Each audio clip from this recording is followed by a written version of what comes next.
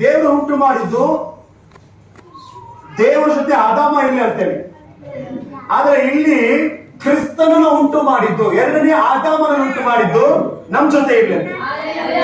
ಅದಕ್ಕೆ ಮೊದಲನೇ ಆದಾಮ ಕೊನೆಯ ಆದಾಮ ಸ್ವಲ್ಪ ಅರ್ಥ ಮಾಡ್ಕೊಳ್ರಿ.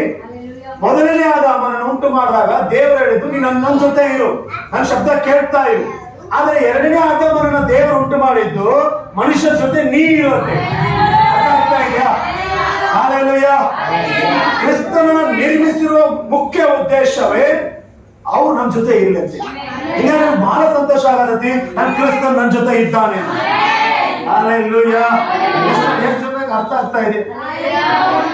ಆದಾಮನ ಉಂಟು ಮಾಡಿದ್ದು ನೀ ದೇವರ ಜೊತೆ ಇರಿ ಯಾವಾಗ್ಲಂತೆ, ಇಲ್ಲಿ ಕ್ರಿಸ್ತನ್ ಉಂಟು ಮಾಡಿದ್ದು ಮನುಷ್ಯರ ಜೊತೆ ಇರಿ. ಬಹಳ ಸರಿ ನಾನು ಒಬ್ಬಂಟಿಗೆನಾಗಿದ್ದಾಗ ಯಾರು ಬಂದು ಬಲಪಡಿಸ್ತಾರೋ ಬಿಡ್ತಾರೋ ನಂಗೆ ಗೊತ್ತಿಲ್ಲ, ಆದ್ರೆ ನನ್ನ ಜೊತೆ ಇರುವಂತ ಎರಡನೇ ಆದಾಮ ಕ್ರಿಸ್ತನು